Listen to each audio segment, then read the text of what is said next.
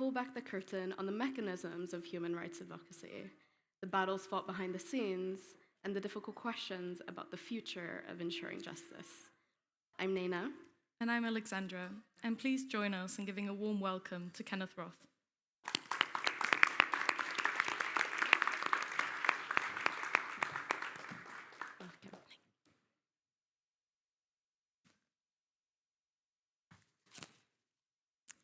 Good afternoon, Mr. Roth. Great to be here.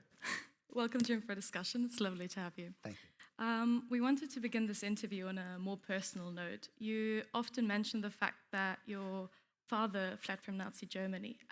We were wondering, how did this shape your resolve to advocate for justice? Well, first, let me say it's a pleasure to be here, and thank you all for joining us. I mean, my father's experience played a big role in pushing me to devote my career to the defense of human rights, because he grew up in Frankfurt, Germany, and fled with his family, his immediate family, in July 1938.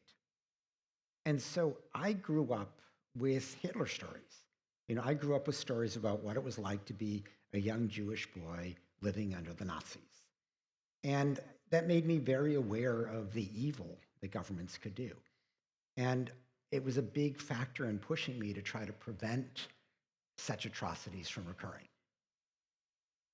And so this personal resolve got you to one of the biggest seats, I would say, on the table in the fight for human rights globally. But of course, there are many different organizations that center around the fight for human rights, but very few have come to have the influence that the Human Rights Watch does. You left your position as executive director in 2022, just shy of 3 decades in that role. But, in your recently published book, Righting Wrongs, you talk about having sat across the table from figures like Macron to UN Secretary General Antonio Guterres in this fight. But in your eyes, how did Human Rights Watch come to have the influence that it does today?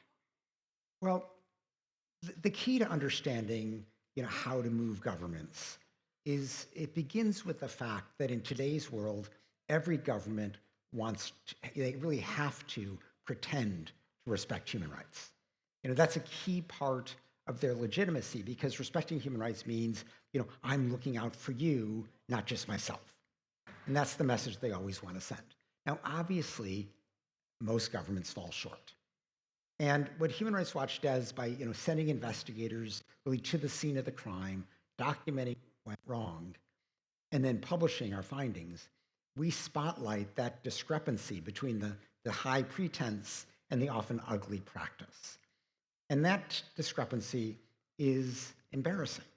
It's shameful. It's delegitimizing. It tells the people of their country that this is an autocrat looking out for themselves. And so that's a big part of our power. And then the other thing that we do is we will go to sympathetic governments, including often the Netherlands, and say, you have a certain diplomatic or economic influence. Would you use it on behalf of human rights? And there the issue is always, look at the target. And even the most despicable despot wants something from the international community. They want arms sales. They want military aid. They want some preferential trade benefit. A lot of times what they want is much less tangible. They just want to be invited to a fancy summit where they can be photographed with respectable leaders and then pretend that they're respectable too. So we will ask an allied government, help us prevent the target from getting this thing they want until they change. And so that combination, reputational damage, diplomatic and economic pressure, it's kind of a 1-2 punch. And then, these days, a third option has emerged, which is very much based in The Hague, which is, getting these people prosecuted. And as I describe in the book, that was a major priority of Human Rights Watch over the years, including with the establishment of the International Criminal Court. But that combination, nobody wants to be charged and face prison. Nobody wants to be shown to be a human rights violator. Nobody wants to have their international benefits taken away. And, Human Rights Watch, we couldn't guarantee that in every case, but we could push in that direction. and that forced governments to listen to us. Right, and I want to come back to what you mentioned at the start of you rely a lot on this tactic, if we can call it, of shaming, right? Shaming governments, shaming autocratic leaders, because at the end of the day, they want to be perceived well and well by the international community.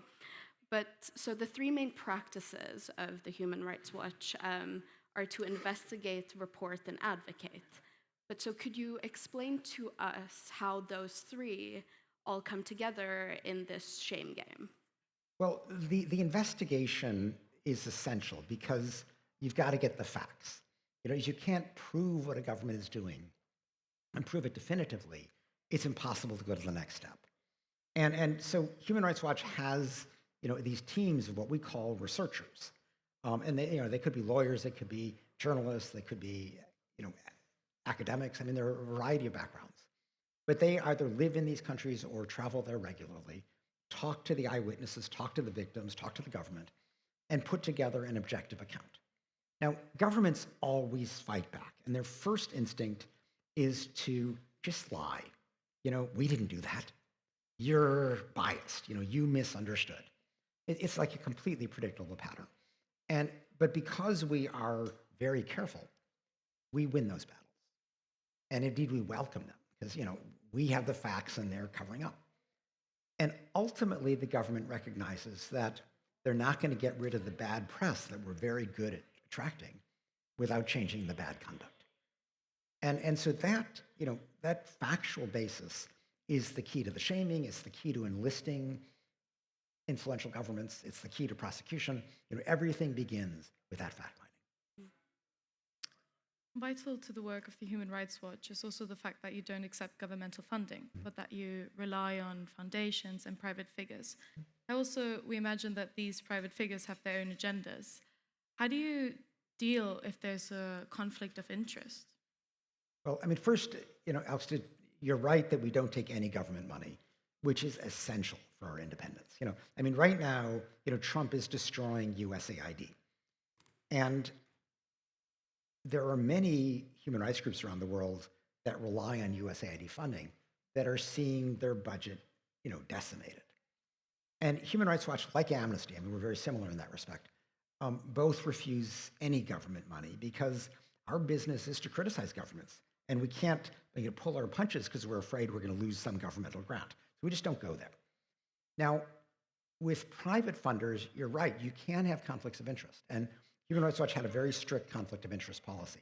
So to begin with, we hardly took any corporate money. It was really, that just didn't happen. But we did take money, from people who might be a CEO, say, or a board member or an officer in a corporation. And that's where our conflict of interest policy came into play. And so obviously we wouldn't take money from somebody who was involved in human rights violations. But this is where it got a little tricky. We also would not take money from somebody who worked for a competitor of somebody whom we were investigating. Because what we didn't want the target company to be able to say is, oh, you're just looking at us because our competitor is contributing to you. So it meant that actually if you had a kind of an abusive industry, we wouldn't even take money from the good guys in that industry because we didn't want to be seen as having that conflict. And it meant that, certain areas were just couldn't take money, but you live with that. You don't become dependent on it because you're not even, you're not taking the money in the first place, and you just find sources elsewhere. But so, of course, in your almost 30-year tenure at the organization, it grew a lot, and it's now behind Amnesty, I think, the biggest human rights organization, and you have a very global reach. But of course, you can't focus on everything everywhere all at once. You're restricted by time, you're restricted by personnel. So how did you decide, and who decided at the end of the day, what the most important issues to focus on were? Okay, well, that's a good question. And, I think an important kind of philosophic position I took is that it was generally not going to be me who decided. Because if you try to have the CEO make all of these decisions, they'll be bad decisions. I can't possibly know everything. And so I wanted as many decisions as possible made by the experts. And the experts were the researchers. So if you're the researcher on, country X, you're living there or you're traveling there regularly, you're consulting with the local activists, I want you to decide what to do. And so that means, asking your colleagues in the field, what are the most important issues? Where do you think Human Rights Watch has the most leverage? Where can we make a difference? Where's our value added? And you will then propose an annual plan, which is subject to change because events change, but is regarded with a lot of deference. So there are central people within Human Rights Watch who will review this, but generally they'll accept it because you know better than anybody else. You're the expert. And that's the way we try to set it up. We did something similar in terms of who speaks to the media. I've seen organizations where the CEO tries to take all the limelight and it kills the organization. I wanted, 150 people to be talking to the media. I wanted every researcher, every advocate to be developing their own profile, their own contacts. They have expertise. And journalists would come back because we're putting forth the person who knew the most and knew a lot more than the journalist did.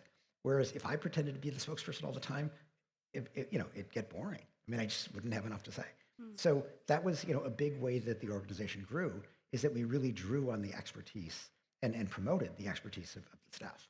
Right, but so there was at times this prioritization because I can imagine in conflict zones, it's never a singular human right violation that is being conducted, but many. Yeah. Did you ever have to prioritize certain over others? Well, first of all, we did have to prioritize, as I built the organization, we didn't start off with a big enough research staff to cover everything. And so this was a gradual process to try to have, really global coverage, which was a matter of raising the money. I needed to have enough researchers so we could handle every country with serious abuses. The other thing that I did was, if you are, the typical country researcher, you're focusing on maybe the wartime abuses or political imprisonment or, the more classic civil and political rights violations. But there are other important violations of human rights that tend to just, fall by the wayside.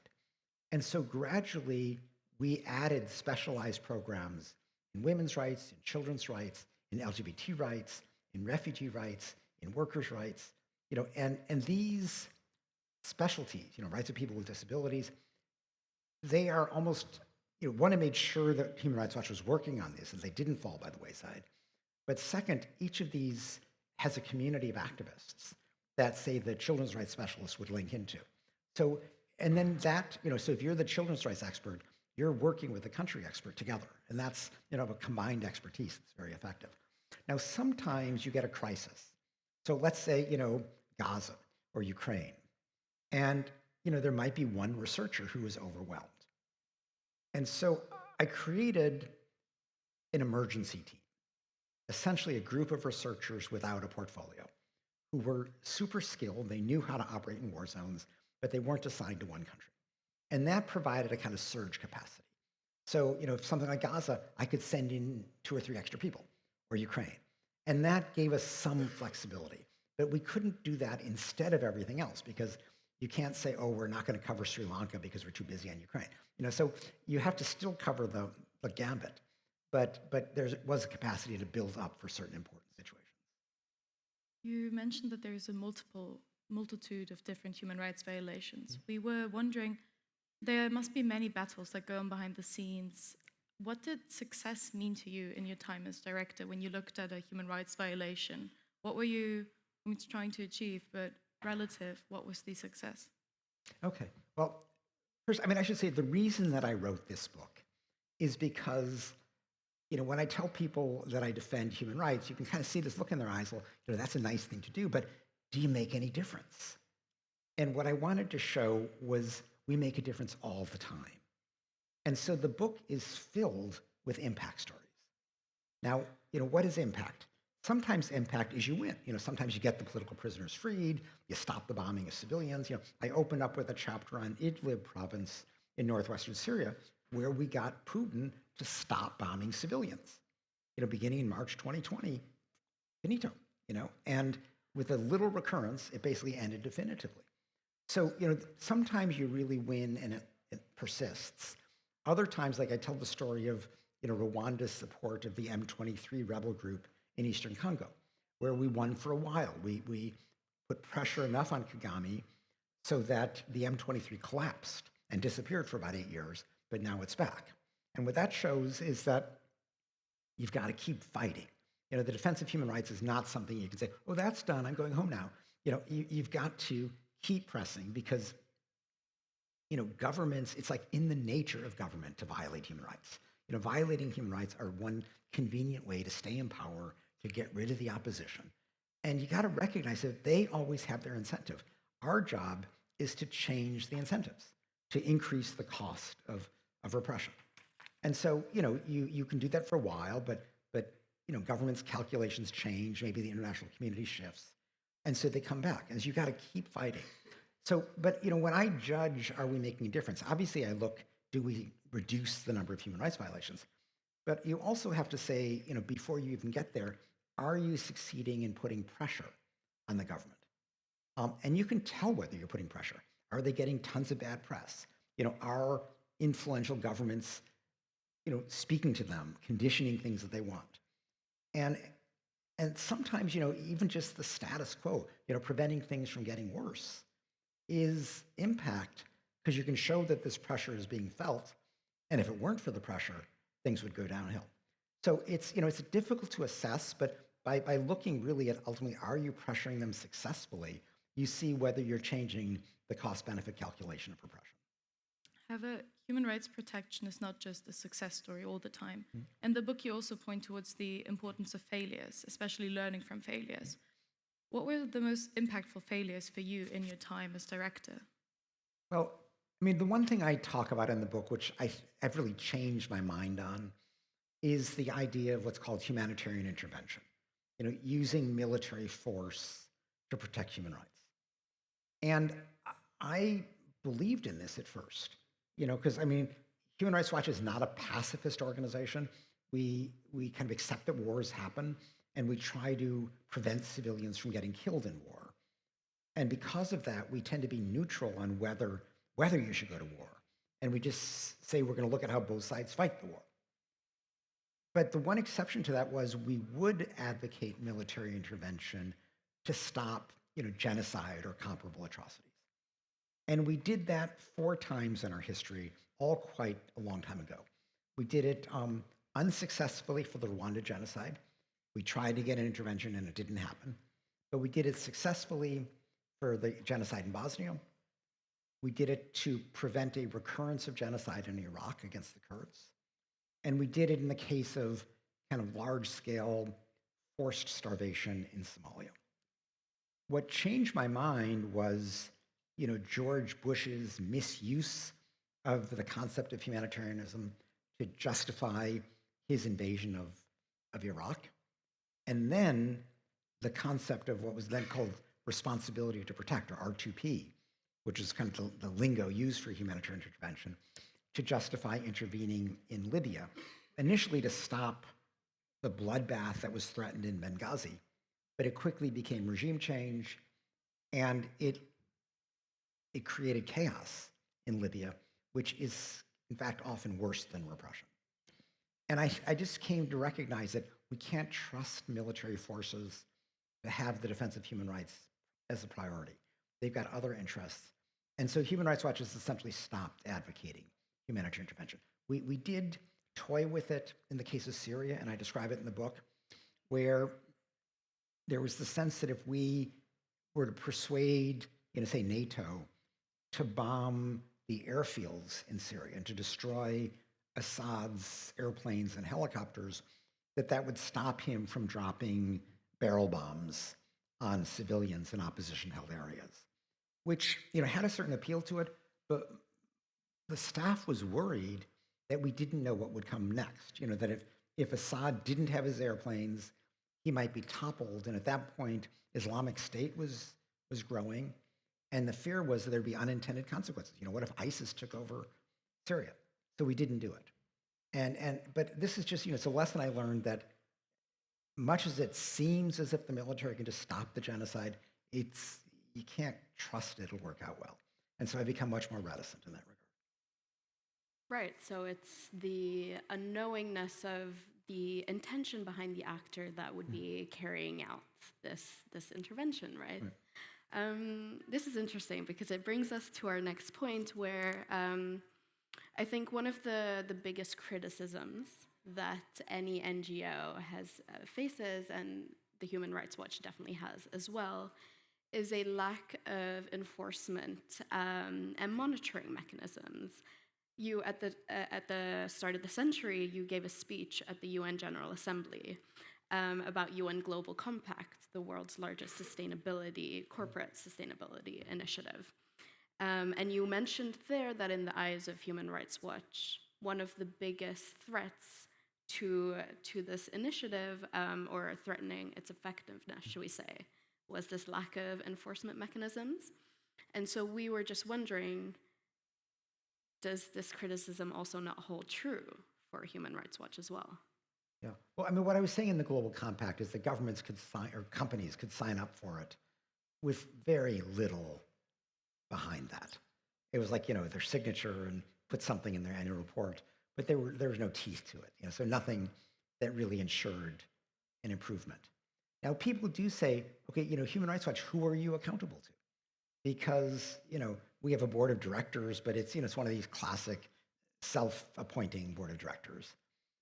And the answer to that, which I give, and I think is true, is that, Human Rights Watch has influence only insofar as we are reflecting public opinion. So we issue our reports, but if people look at the report and say, that's not so bad, we don't get anything done. The only way we get things done is if we put out a report and people say, that's awful. And that's when the governments get shamed. That's when we enlist other governments to pressure them. And so, we are very constrained by public opinion. We also, even our fact-finding, because it's all public, nothing's behind the scenes. Everything we issue is on our website. And it is attacked all the time, because that's step one of a government that we criticize, is to attack us. And so we are incredibly closely scrutinized. Now, they don't find anything wrong because we're very careful. We get it right. But in that sense, I do think that we are, because we're totally transparent, we are accountable. We're just scrutinized. And we are accountable because we don't accomplish anything if we're not reflecting the public's sense of right and wrong. So, that it may not be the answer people are looking for, but I think it's an organization that just by virtue of its methodology is extremely accountable.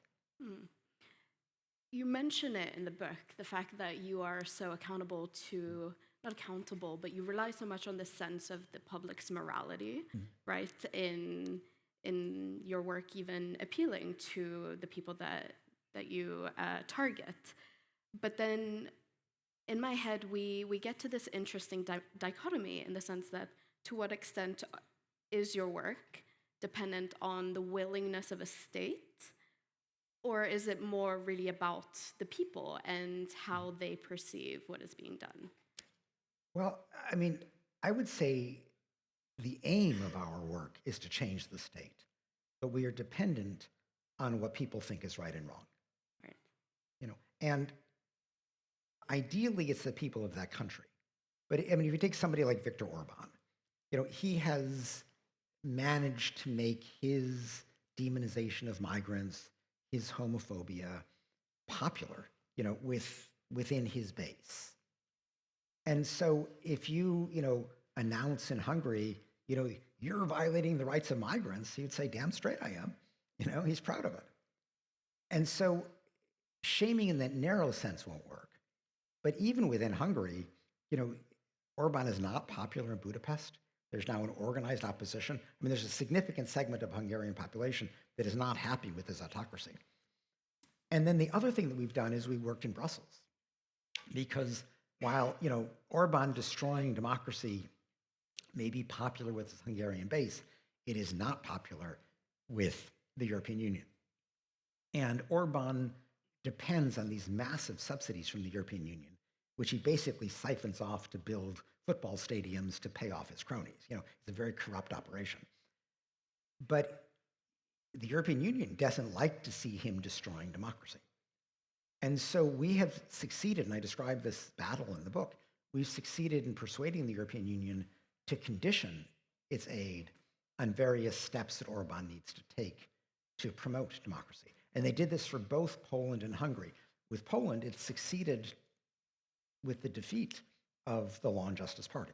There the issue was Law and Justice's efforts to undermine the independence of the judiciary, and they lost the election. So that was a big part of it because Poland was losing its subsidies. Orban is still fighting to get his subsidies. He's playing, a game of chicken with the European Union.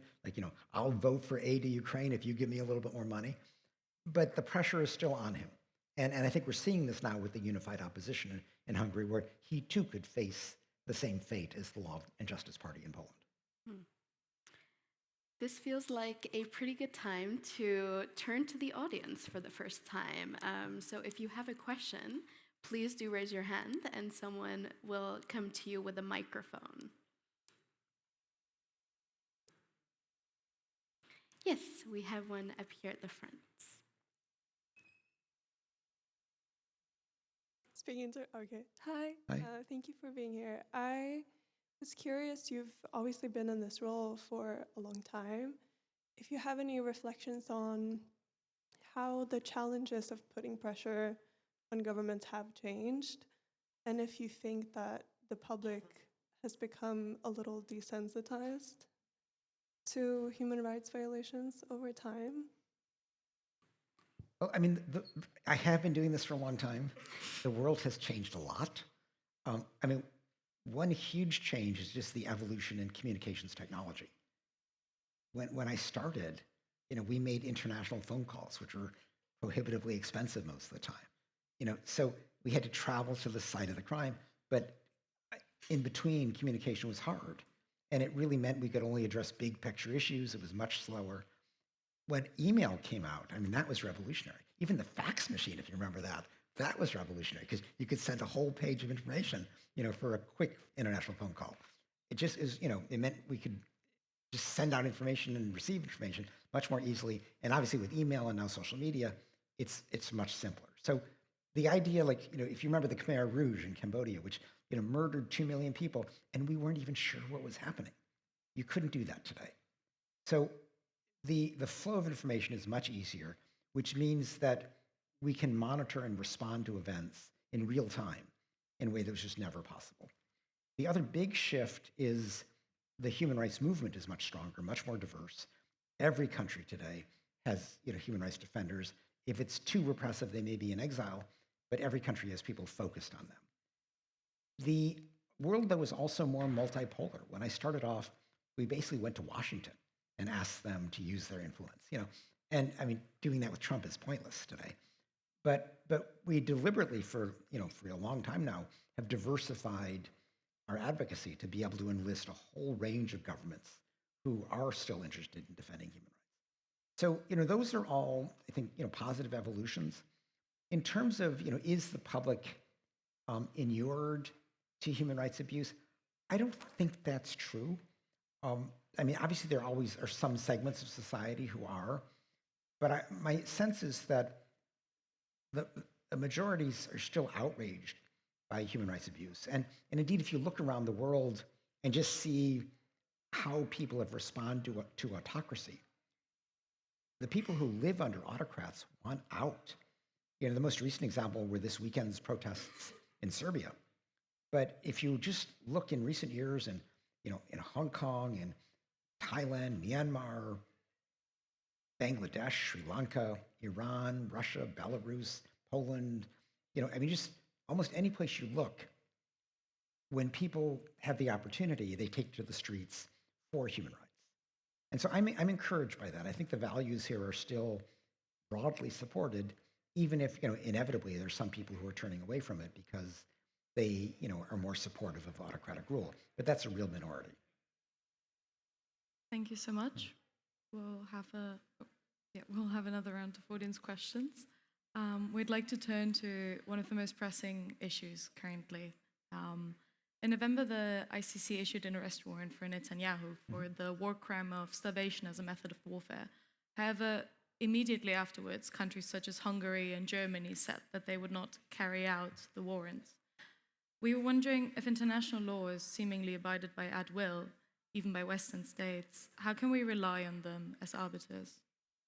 Well, I mean, what you're pointing out is that there is this very ugly Israel exception to international human rights law for certain countries. And the US government is a prime offender of that, so is the German government. Most governments are not.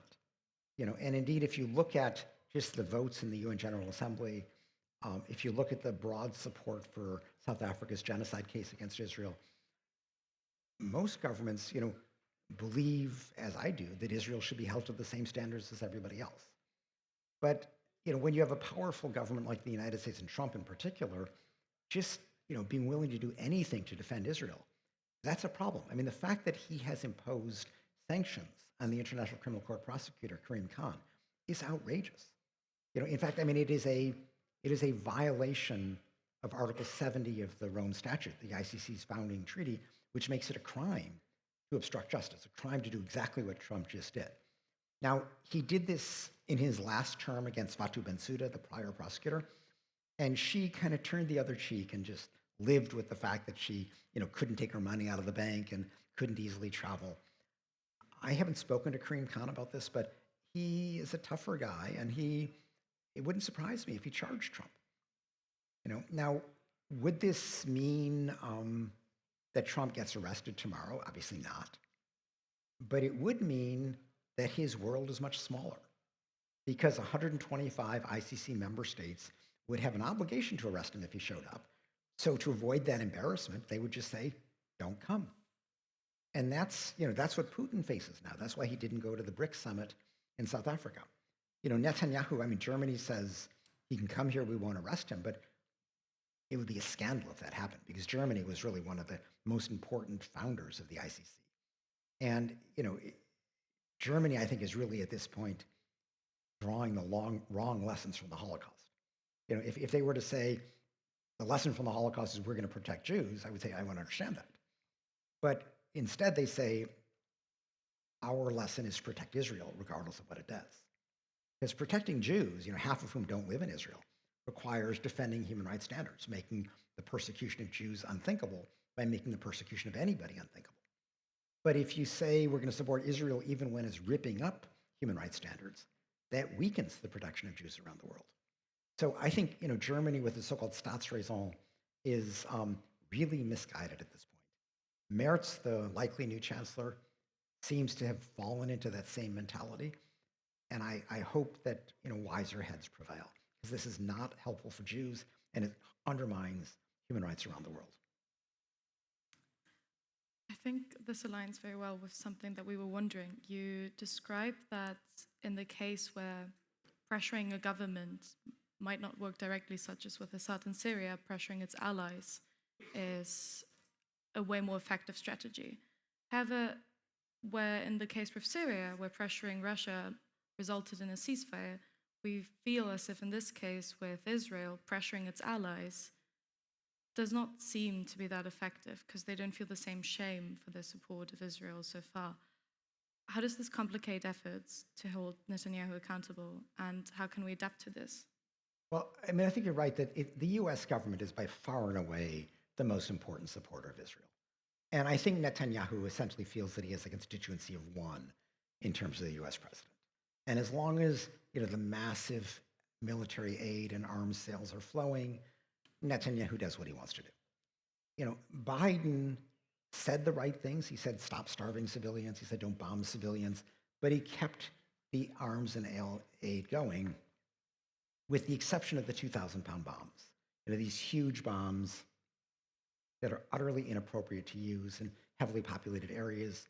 And Israel used them repeatedly, even though they can kill anybody within a 2-football field radius. So that just shows the indiscriminate nature of the Israeli conduct. Now, Biden is gone, Trump has come in, and he's resumed the sales of the 2,000-pound bombs. He's proposed, a massive war crime himself, solving the Palestinian problem by getting rid of the Palestinians. I mean, this is not a guy who's paying any attention to human rights. But I think if you read my book, the lesson of shaming is not simply holding people up to human rights standards. It's holding them up to, kind of whatever they view as important to their legitimacy and self-image. And here, ironically, I think we have a chance of getting Trump to do the right thing for the wrong reason. If you tell Trump, I want you to do a better job of supporting human rights in Israel, he would say, what are those? But Trump wants to be seen as this master negotiator. He wants a Nobel Peace Prize for getting the Saudis to normalize relations with Israel. The only way that's going to happen is with a clear path to a Palestinian state. And even though Netanyahu's dead set against that, if Trump were to suddenly say for his own self-interested reasons, hey, game's up, just like he forced Netanyahu to agree to the temporary ceasefire that remains in place today, he could force Israel to accept movement toward a Palestinian state because that's what he wants for his own self-gratification. And there's nobody to the right of Trump. So if, Netanyahu can't afford to lose Trump because there's nobody else to turn to. And that's, I think, our best strategy is to take what Trump cares about, which is himself, and see if we can use that to the advantage of the Palestinian people. Coming back to, I think, one of the more shocking, if we can even call it that, statements that he made regarding Gaza just a few weeks ago, where he completely outlawed, essentially, the right to return for Palestinians, which is, in international law, one of its core tenets. In your eyes, what does such a blatant disregard of international law that is so out in the open in this way mean for also other displaced populations that rely on such a legal provision? Well, I should say that, the right to return is something Israel's already been denying to, the victims of the Nakba and their descendants. So this has been, the case for a long time. What Trump did was to potentially add 2 million Palestinians to that by saying, we'll kick them all out of Gaza and that will be definitive. They're not coming back. That has been the dream of the Israeli far right. So he suddenly made a policy option out of something that had been anathema. Now, the good news is the Arab nations have uniformly said, no way. And I think that that's not going to happen. Trump is now shopping around. Would Sudan take them? Would Somalia take them? It's just, desperation. It's not going to happen. But it does, raise the question of, okay, well, what are the options? And leaving aside mass forced deportation, there essentially have been 3 options on the table. One is to say Israel's settlements, illegal as they are, have advanced so much that a Palestinian state is impossible. So let's just accept the so-called one-state reality between the Mediterranean Sea and the Jordan River, give everybody in that area equal rights. But of course, the Israeli government says no way because they would lose their Jewish majority. So Netanyahu's preferred option is the status quo, endless occupation. But the world now rightly sees that as apartheid, which I'm very proud that Human Rights Watch contributed to that understanding. So that's not a sustainable option. The International Court of Justice in July just reconfirmed this is blatantly illegal. So that does leave in my view, the only viable long-term option, which is 2 states, Palestine and Israel living in peace side by side. So again, I'm hopeful that Trump, because he wants to make a grand deal, comes to recognize that the only option for a deal is the thing that Israel doesn't want. And he has the capacity to twist Netanyahu's arm to make him accept that. That's, I think, the best we can hope for right now. Right, and sticking with this case of Israel just a bit longer, in the past couple of months, we've seen attempts by national courts, such as the one in Spain, for example, to prosecute IDF soldiers that are there on vacation. And this is done or allowed under the guise of your universal jurisdiction, right, which allows the most serious human rights crimes to be prosecuted in a national court if its government empowers it to do so. Given everything that we've spoken about with the Western support for Israel, and even disregard for the ICC's ruling, do you think that for now, this low-level prosecution is the best attempt at justice that we have? Well, I mean, I wouldn't be so quick to discount the ICC. And I expect the ICC will issue further charges, because so far it's really only been about starvation. There have not been charges about the bombing. There have not been charges about the settlements. So I expect more. But we have to recognize that the ICC really is designed to go after the most senior officials. The advantage of universal jurisdiction is it can go after lower level officials who are just found, who happen to be on a country's territory, or frankly, even if they're not. And so I think universal jurisdiction is a very important supplement to the ICC. Not a replacement for it, but it is good that Israeli soldiers who participated in indiscriminate warfare in Gaza, that they're held to account. It's not just the generals, it's the people who participate, because we all know that following an illegal order is not a defense. And I want IDF soldiers to worry about their future if they participate in war crimes. It's a way to try to deter further war crimes. We just talked about Trump, and we think that there's a worrying trend globally towards democratic backsliding, and we're also witnessing the revoking of USAID funding. It seems like we can no longer rely on the USA in its function that it has taken up as its enforcer of human rights. Are we seeing a dangerous gap emerging in the global advocacy movement? And what are other forces, if there are any, that can reasonably step in to fill this void? Okay. I'm glad you're asking that. And I go into this in quite a bit of depth in the book, because this is not the first time that the US government has been AWOL when it comes to defending human rights. We had the first Trump administration. We had, George W. Bush with his torture and his Guantanamo. So we've had to work without the United States repeatedly. And so if you look during the first Trump administration, I talk about two different instances. One is we got Venezuela condemned by the UN Human Rights Council in a way that would have been actually harder if Trump was leading the effort, because it would have been seen as kind of an imperialist effort. But the leaders were a bunch of Latin American democracies in Canada under what was known as the Lima Group. And they succeeded because it was seen rightfully as a matter of principle. A case involving the Netherlands is, early in, as Trump had taken office the first time, the Saudi-led coalition was repeatedly bombing civilians in Yemen. Going to Washington was out of the question. Trump had pulled out of the Human Rights Council, or was in the process of doing that. And so the Netherlands government agreed to take the lead successfully. And we pushed through the UN Human Rights Council the creation of basically a commission of inquiry that monitored and reported on Saudi conduct for 4 years. And that ended up being very significant, because when it was ultimately lifted in the middle of the COVID pandemic, the civilian casualties suddenly doubled, showing how this scrutiny really mattered. And that doubling stayed until ultimately there was a ceasefire. So these are just a couple of examples of other governments stepping forward. The Netherlands was joined by other European governments in making that happen. If you go back to kind of global campaigns that I describe in the book, whether it's the Nobel Peace Prize winning campaign to ban anti-personnel landmines, the treaty banning cluster munitions, or the treaty establishing the International Criminal Court, these were all won despite opposition from the United States and Russia and China. And in each case, how did we win?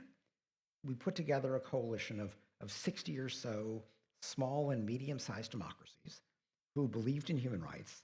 And each one of them might have said, oh, what am I? I'm a tiny little country compared to these superpowers. But the collective had moral authority, to the point that with something like landmines, there's been a huge reduction in the use of landmines. In the last year, it was really just in Ukraine and Myanmar where they were used. So many, many people's lives have been saved. Many, many people have avoided being maimed, even though the US never signed on. The US was opposed. The International Criminal Court to this day, the US is opposed to it, but it gets a lot done. So I just, the lesson I draw from that is just because this, the superpower is gone doesn't mean the defense of human rights is over with, so long as others step up and recognize the important role they can play. So another big global player, obviously, is China. And just a couple of years ago, you actually argued that you think China poses the biggest threat to the global human rights movement because in being a dictatorship, it doesn't have any democratic legitimacy to fall back on. And so it really, really cares about its international perception and the way its legitimacy, if we can call it that.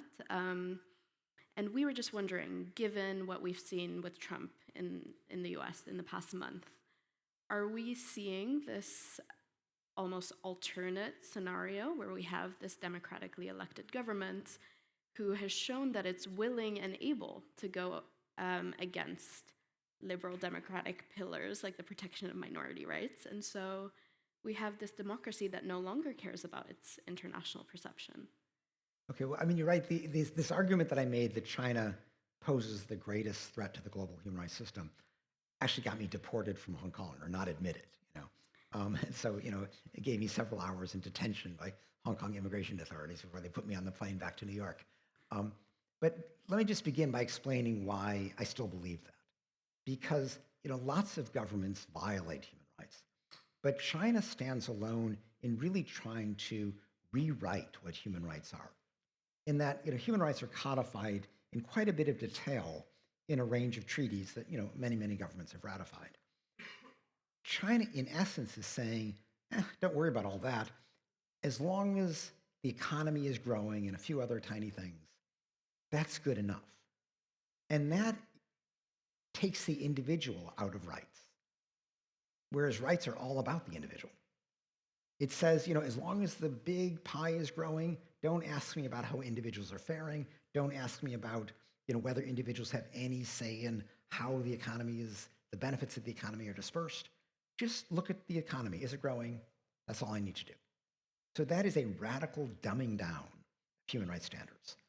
China goes one step further and says the UN shouldn't criticize governments. They shouldn't put pressure on governments. We should just have nice, pleasant conversations about how each government is finding its own path to respect human rights. So just like leave us alone is Beijing's line.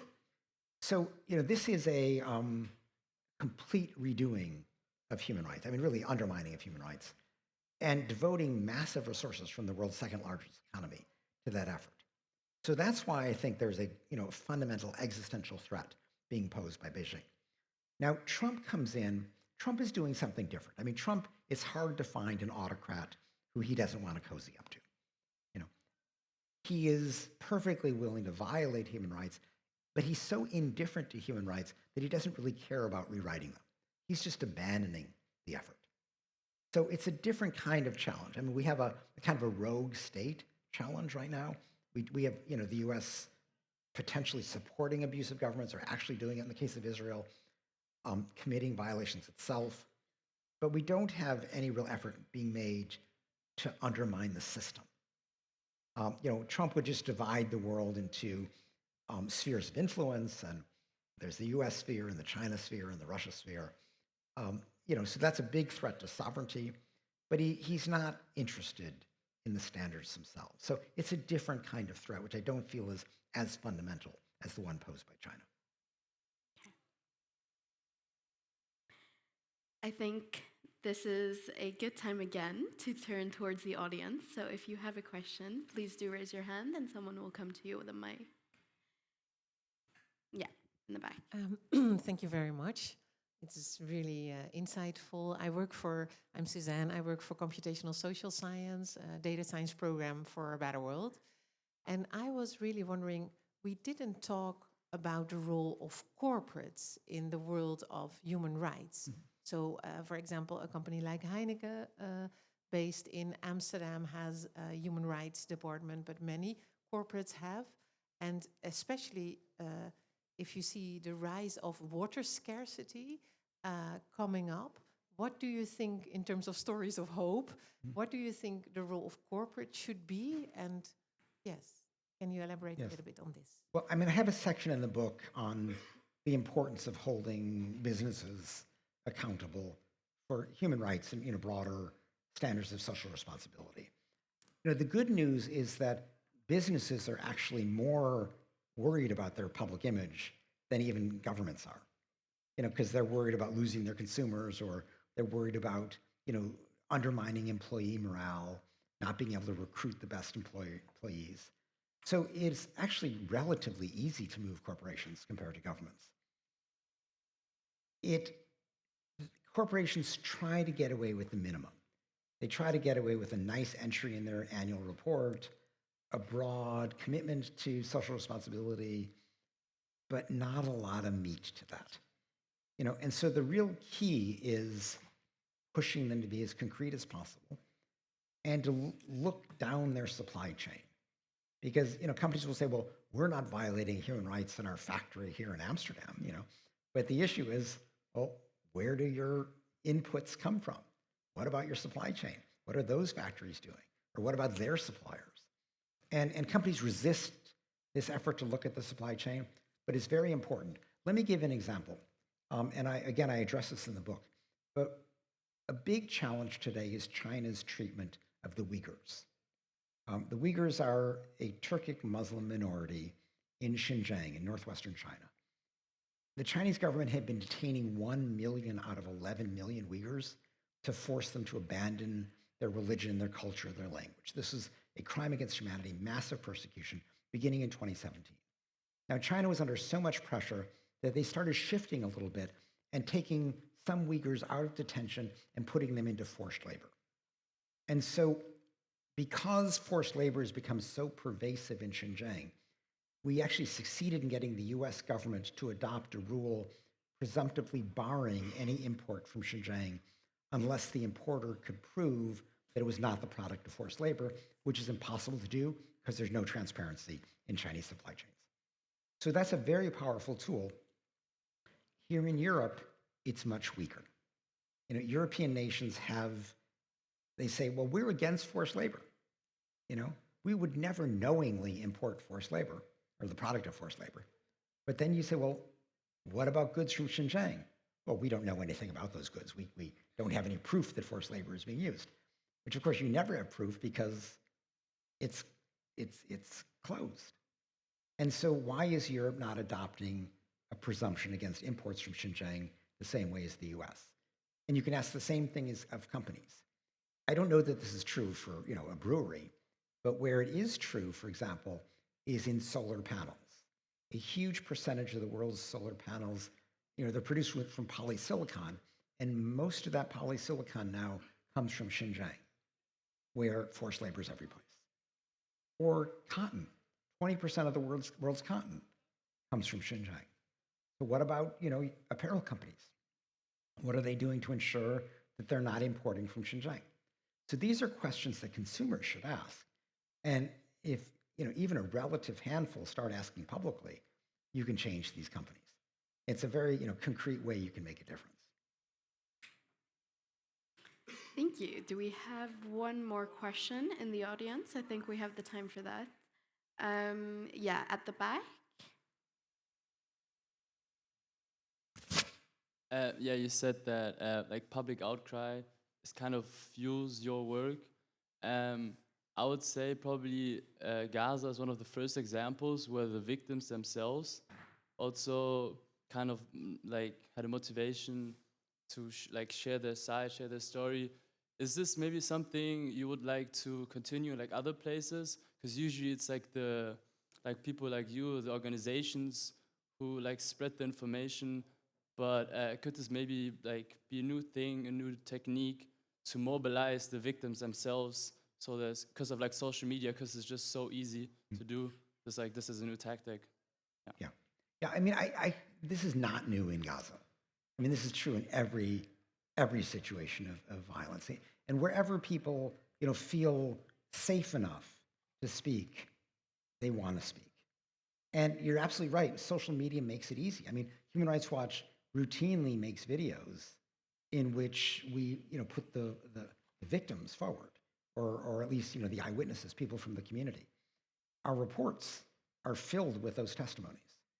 So that's, what you're saying is absolutely right, that the more you can bring in the people who actually are most affected by an abuse, the more powerful their testimony is. And that's been very true with Gaza, but it's true with other situations as well. And it's something we try to do more and more of.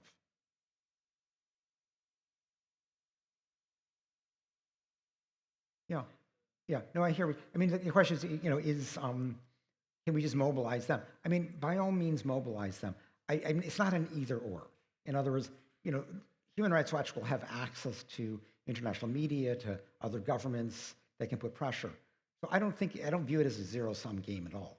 By all means, we want to mobilize the victims of any repression to speak out. But it's not a substitute, it's a supplement. All right, thank you. So coming off of that, as we slowly start wrapping up here, considering everything we've spent the last 45 minutes talking about, especially with the state of democracy worldwide and this trend towards authoritarianism that we're witnessing, we were wondering, do you think that the human rights movement needs to start rethinking some of its strategies? Is naming and shaming still going to play as big of a role as it does today? I mean, people have been saying that naming and shaming is dead for about the 3 decades or so that I was running Human Rights Watch. I've heard this so many times. If that were true, governments would settle for propaganda and would not bother with censorship because they could just spin with disinformation, but they wouldn't worry about their people getting access to the truth if they weren't worried about being shamed. So I think the truth remains very powerful. Now, one thing, and I think it's important, kind of with this audience to talk about this, is that information, is shameful only if the public thinks that it's wrong. And it's not enough just, as we were talking about with Viktor Orban, it's not enough to just say, the government did that if people like it. And so an important part of the human rights movement that is often underappreciated is you need to reinforce the public sense of right and wrong, because that's the prerequisite for shaming. And people often ask me, I'm just an individual, I'm just a student, what can I do? And the truth is that in this world where, people are much more likely to believe their friends, their colleagues at work, their acquaintances, much more than some distant media outlet. What you say in your universe, what you say on social media matters. You're influencing the people around you. And you are, in a sense, reinforcing this sense of right and wrong. You're reinforcing the foundation that the human rights movement requires to shame. And so, it may not seem like a lot, but I think that, everybody, by commenting on these issues, by posting on social media, retweeting things, whatever you're comfortable doing, that's a very important way to build the moral universe in which we need, that the human rights movement needs, to hold governments accountable and to rein in their abuses. So on social media, in your book, you say that despite the adverse consequences, you think that the net effect for the human rights cause is still positive. However, it's a close call. But we're now wondering, given the rise of Truth Social, Elon Musk taking over X, AI, is it still a close call?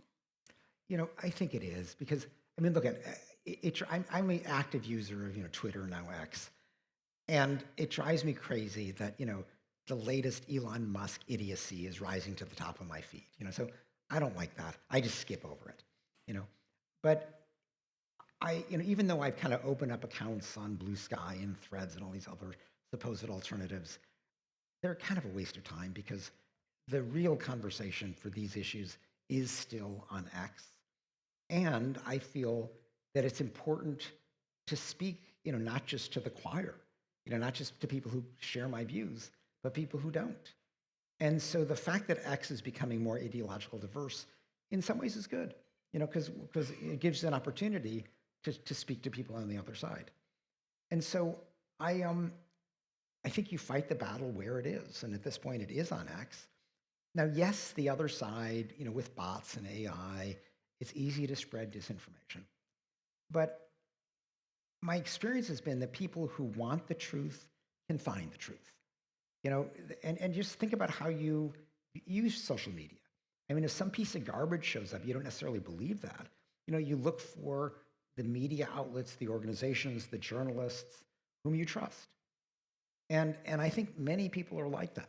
That's a lot of Human Rights Watch's clout, that people look to us. They know that they can trust us. And so that's why I think that, despite this spread of disinformation, the truth remains powerful. A lot of people seek the truth, and governments remain very frightened of the truth because that's how they're held to account. Speaking of fighting the battles where they are, I think over the past year, what we've also really seen is they're also in these spaces, they're also on our campuses. And we have also really felt that here. You are currently, if I'm not mistaken, also a professor at Princeton. What do you tell your students when they ask you, and I guess it's relevant to all of us here today, of the role that we play in this larger global fight for justice? Well, I mean, I do think that universities have become, a real focus of this battle. And there has been a real effort to censor universities. I live just a few blocks from Columbia University in New York. And in fact, I just spoke there 2 weeks ago. And the Trump administration has started with Columbia University. It has just, pulled $400 million in aid to Columbia unless they take a number of steps, including adopting a definition of censorship that has become the equivalent of suppressing criticism of Israel. They're trying to deport this young man who had a green card, was married to a US citizen, whose wife is 8 months pregnant. They're trying to deport him because he was leading protests against Israel. So that's what is going on right now. I do think we have to, actively push back. There's a huge outcry in the United States. The courts are involved. There have been big demonstrations. And you see the same thing in a lot of different universities. It often is done under the guise of fighting anti-Semitism. And I think we should be clear that, anti-Semitism is a real issue. Jews around the world are facing anti-Semitism. But when people think that charges of anti-Semitism are just an excuse to suppress criticism of Israel, that cheapens the concept of anti-Semitism at a point when a strong defense of anti-Semitism is needed. And so I think we need to push back and to recognize that, these are just, this is blatant censorship. If you look at Trump's, Trump gave 3 reasons for why this Columbia student was going to be deported. One is he was anti-Semitic, which just means I think he was criticizing Israel. Second, that he was un-American, which means I think that he's 4 things that Trump doesn't like. Un-American was what the McCarthy era used, to suppress communists. And then the third thing, that he was pro-terrorist, which I think means in this context, he criticized Israeli war crimes. He wasn't pro-Hamas, pro-terrorist, he was pro-civilian. He was trying to prevent civilians from being bombed and starved. So I think we just really have to push back, fight through this rhetoric, and show what's really going on, that this is an effort to undermine universities as bastions of free thought and free speech, and a critical part of our democracy. So yes, there is pressure in the opposite direction right now, but this is a very important time to push back. And with that, Mr. Roth, thank you so much for joining us here today. My pleasure. And thank you to the audience for joining us. And if you can't get enough of room for discussion, well, you are in luck, because next up, we will be interviewing Dr. Jisung Park, an environmental and labor economist at the University of Pennsylvania's Wharton School, here on the 24th of March from 1 to 2 in the E-Hall. And right after that, on the 28th, we have the honor of talking to Ala Dorhout, the Dutch ambassador to Ukraine. Again, here from 1 to 2. Once again, thank you so much. It was a pleasure having you here. And let's have a big round of applause. Thanks.